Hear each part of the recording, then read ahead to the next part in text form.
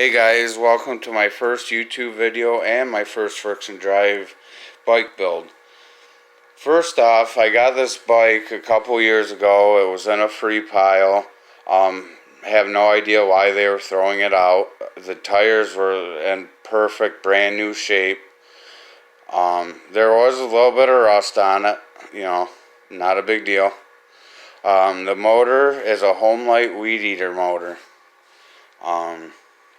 And what I did here, and this is going to be different because not everybody has a welder at home. I do, so that's the way that I did it. I welded it to the frame because I don't like the idea of drilling holes in a perfectly strong bicycle frame. I don't do it on cars. I won't do it on bicycles either. How I started out, I built this frame that bolts directly onto the motor and then welded it onto here. Again, not everybody has a welder, so you'll end up drilling holes and bolting it, which will hold up fine. The gas tank, believe it or not, Gatorade bottle. I ended up melting a hole in the original gas tank, and it didn't hold that much fuel anyways, and I like to take this on long rides, so I used a 32-ounce Gatorade bottle. The gas line got just at a hardware store. You can get the clear tubing, but it's not going to hold up for very long, and really this stuff for gas isn't any more expensive, so go with that. I'll walk you through tuning the carburetor, and of course the exhaust isn't the stock exhaust on it.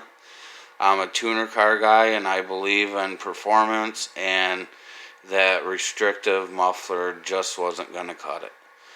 So what I did when I first started out, the bike pegs, and this is probably why I threw it out, the bike pegs are all rusty.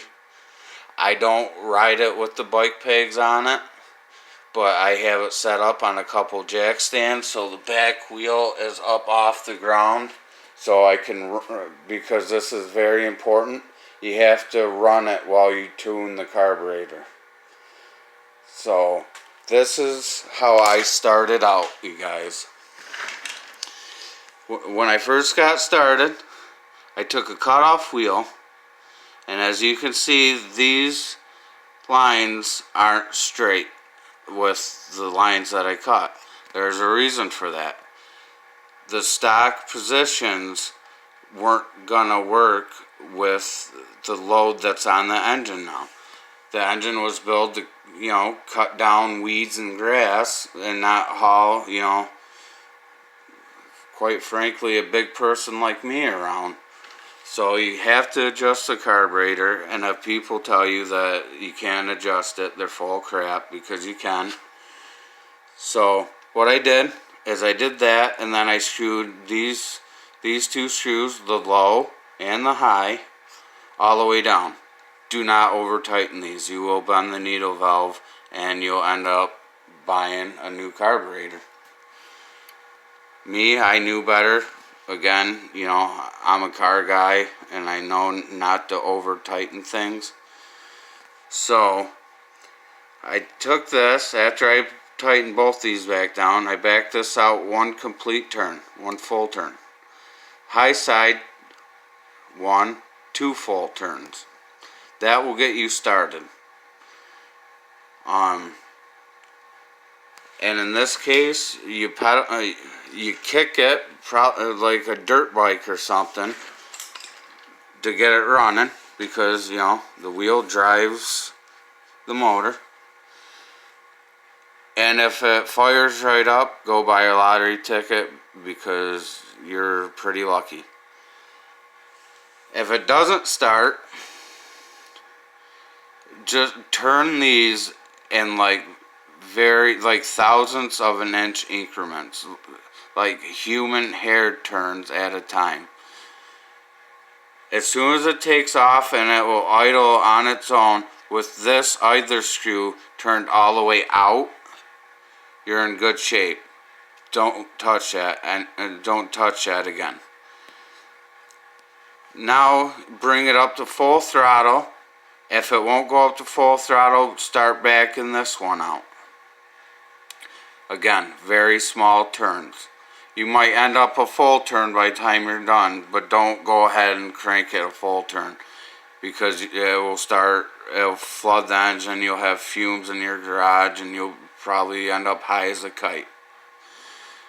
Anyways, start backing that off just a little until the motor's just blasting at full rev. I'm sure your neighbors are gonna love it. I'm sure mine do, but I really don't care. Okay, so when it's running and it sounds like the engine is gonna blow, you're right there. Don't touch it ever again. Bring it all the way back down. If it doesn't stall out, your measurements are perfect. Okay, another important thing, if you want to get as much power out of your motor as possible, look into doing an exhaust on it. This, it cost me $4, and the $4 was for a muffler. Of course, I know a lot of you guys don't have a welder, but if you have a buddy and he's got a welder, learn how to burn some metal together. I mean, it's relaxing. So I built this. I got more scrap metal out of somebody were just giving scrap metal away. This was off of a Beachcomber bicycle. And I went to the hardware store and I got a lawnmower muffler. Okay, as far as the throttle,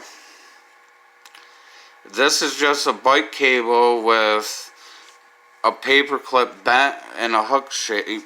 So it goes through here, goes down, it goes down the frame, back up to the handlebar. And because in my project I used mountain bike handlebars, it already had this, where you switch the gear. That is my throttle on here. Of course, this is my brake, this is my throttle. And because it locks in, when you turn it, it's kind of like having cruise control. Well, what this does is it goes back down that cable, all the way forward. The throttle's shut. As you start bringing it back, like on a motorcycle, the throttle opens up, and it opens up the whole way.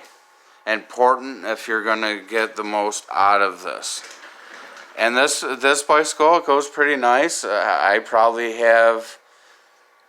know I have at least 30 miles on it so far, and it's still running, and it's fun. It's dirty. It's, it is what it is, and I enjoy building it, and I hope you guys enjoy building something of your own. Thank you for watching. Bye.